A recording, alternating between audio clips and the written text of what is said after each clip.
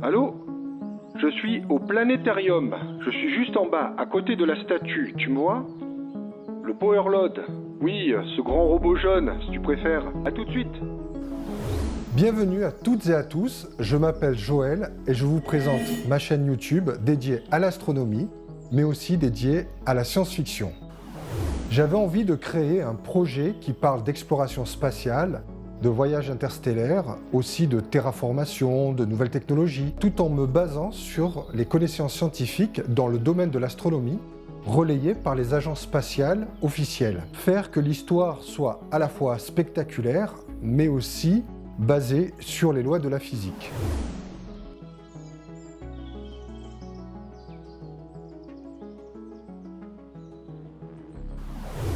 Alors le pitch, de quoi va parler mon histoire?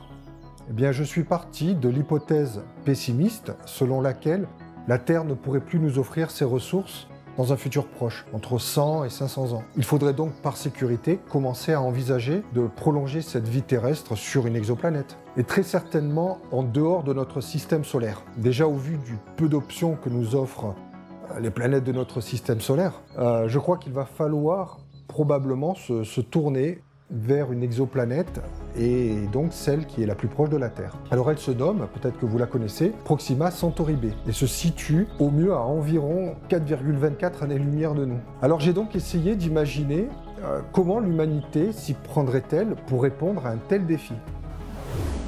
Et je vous ferai vivre toutes les étapes et missions périlleuses qui ont jalonné cette incroyable mission spatiale. Aussi, pour mieux vous aider à visualiser mes hypothèses de travail, idées, créations, comme les nouveaux lanceurs spatiaux, nouveaux LEM, rovers, modules, bases d'exploration ou captation des énergies dans l'espace, etc., etc.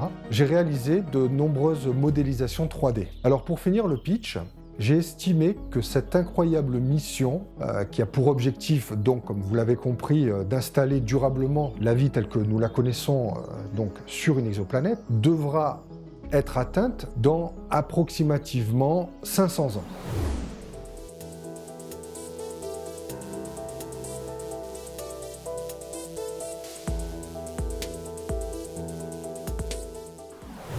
Alors sachez que même si je construis cette histoire sur les contraintes réelles scientifiques, mon but n'est pas de vous faire moins rêver, mais de vous faire mieux rêver.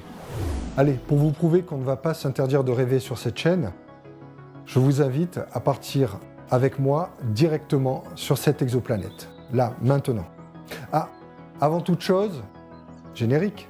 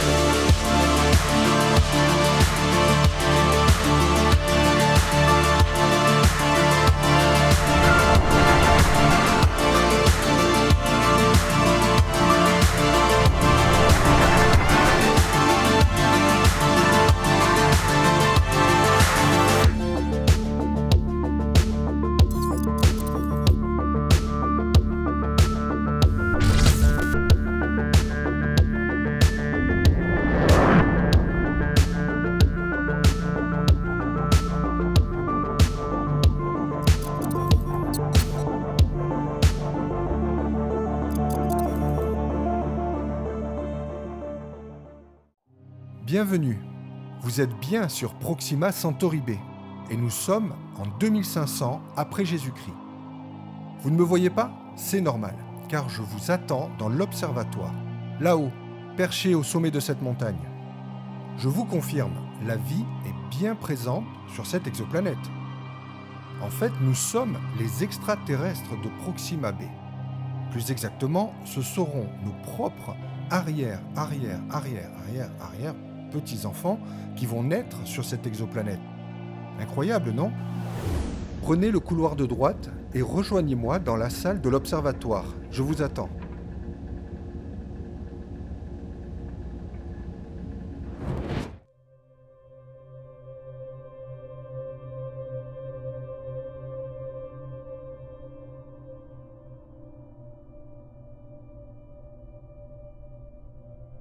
Ici, c'est mon poste où je communique avec les autres postes de commandement, comme à commencer par les différentes zones de cet observatoire.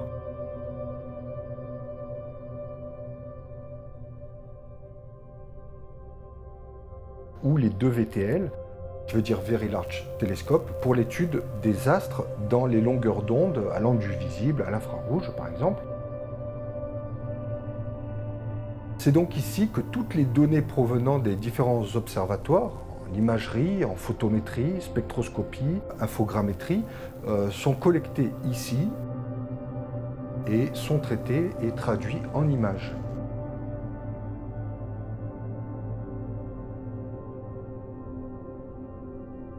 Alors, on recherche de notre côté, sur Proxima Centauri b, encore d'autres formes de vie, d'autres exoplanètes.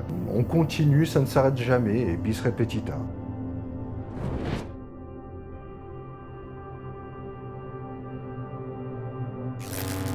Alors c'est ici que je reçois mes étudiants. Je dispense quelques cours d'astronomie. Ce cylindre que vous voyez me permet de leur montrer des objets en 3 dimensions, comme le moteur d'une fusée,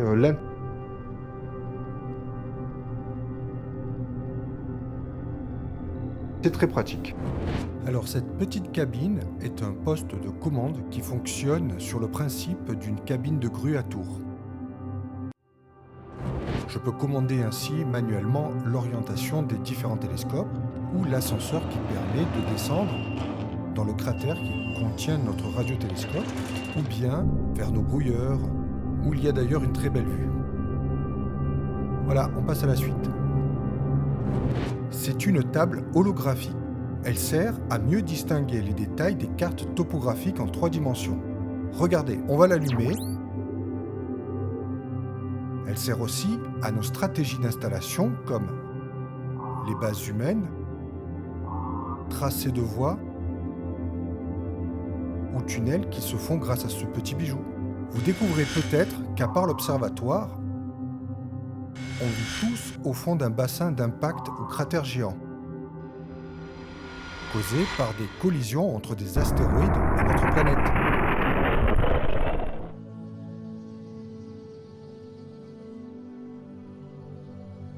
Alors voici des panneaux interactifs qui vont nous servir à mieux visualiser les animations et les schémas. Tenez, je vais justement m'en servir pour vous présenter le système stellaire Alpha du Centaure. Je vous parlerai un peu plus dans le détail de la planète Proxima Centauri b.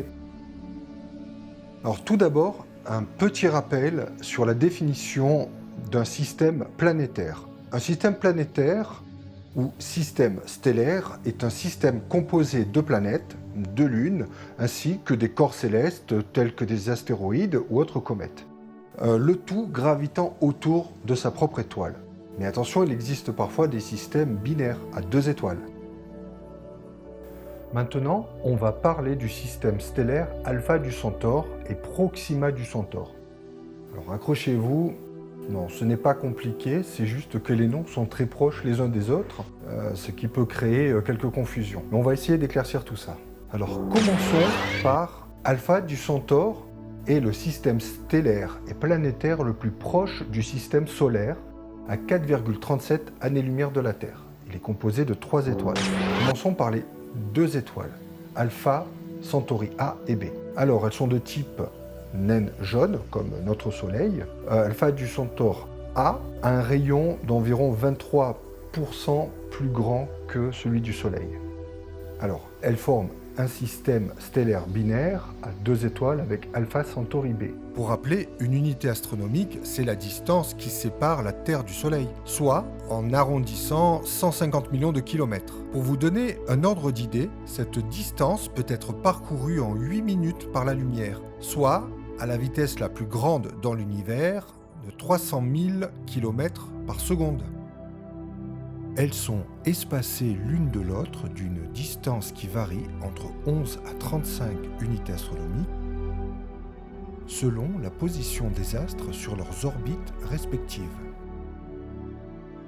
Quant à Alpha du Centauri B, et quant à elle est moins massive que sa sœur jumelle, soit plus petite que le Soleil d'environ 14%. C'est également une naine jaune. Alors maintenant, parlons de la troisième étoile, celle qui est toute seule, la mienne, donc Proxima Centauri. Cette étoile a donc son propre système à elle, qui gravite autour des 2 autres étoiles à une distance d'elle de 13 000 unités astronomiques. Alors accrochez-vous, l'étoile Proxima Centauri est seule dans son propre système, qui lui s'appelle Alpha du Centaure C. Je vais finir par quelques détails importants sur mon système, Alpha du Centaure C. Comme je l'ai précédemment évoqué, Proxima Centauri, et qui est 1/8 de fois plus petite que notre Soleil, mais qui est 1,5 fois plus grande que Jupiter, la plus grande planète de notre système solaire. Dans notre système stellaire, il y a une planète qui se situe dans la zone habitable de son étoile. J'ai nommé Proxima Centauri B. Mais on dira Proxima B pour faire plus simple. Elle est très près de son étoile, à seulement 7,5 millions de kilomètres. Ce qui représente 0,5% de la distance Terre-Soleil. Son étoile est beaucoup plus petite que le Soleil et c'est une naine rouge. Mais comme tout est une question de proportion et dosage, donc on trouve à sa surface de l'eau sous ces 3 états: liquide, gazeux et solide. Cette exoplanète possède une atmosphère primitive constituée d'azote et de gaz carbonique.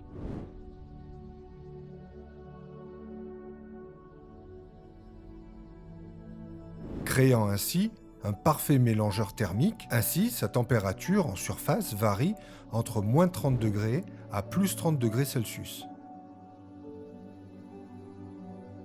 Idéal pour la vie, malgré les vents stellaires émis par notre étoile naine rouge, qui est de type éruptive.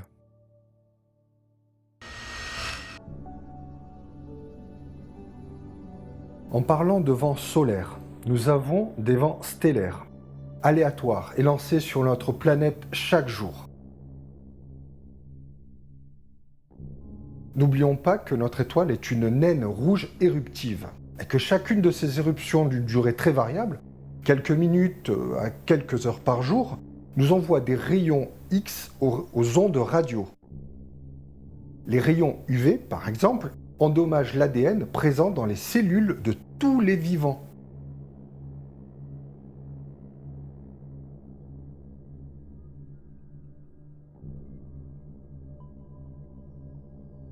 C'est en quelque sorte le problème principal de cette planète. Notre magnétosphère, qui est bien là, ne parvient pas à bloquer suffisamment les rayons UV dus à la proximité avec notre étoile. Quand les vents stellaires seront peut-être un peu plus ténus et que nous aurons les garanties nécessaires de sécurité, nous pourrons à ce moment-là faire une petite balade et sortir pour faire une visite de l'enceinte de l'observatoire et peut-être visiter les cratères. Nos satellites nous envoient des informations presque en temps réel.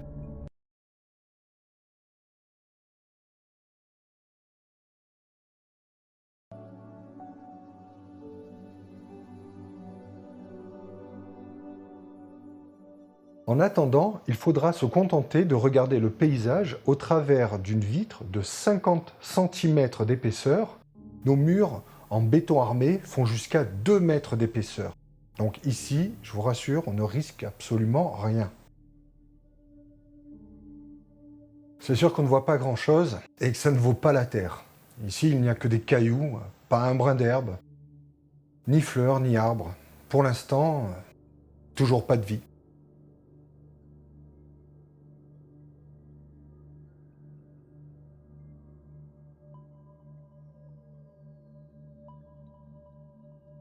Alors j'espère que vous avez aimé ce premier épisode avec ce nouveau concept qui mélange la science-fiction et la science. D'ailleurs, si vous ne voulez pas manquer les prochains épisodes, il vous suffit de vous abonner à la chaîne et d'activer la cloche de notification juste en dessous de cette vidéo. Voilà, comme ça vous ne manquerez pas les prochaines vidéos dès qu'elles seront disponibles. Voilà, je vous en remercie d'avance.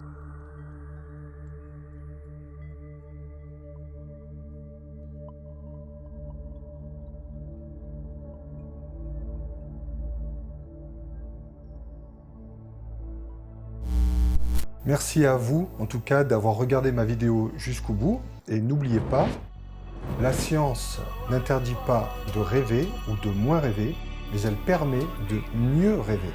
À bientôt!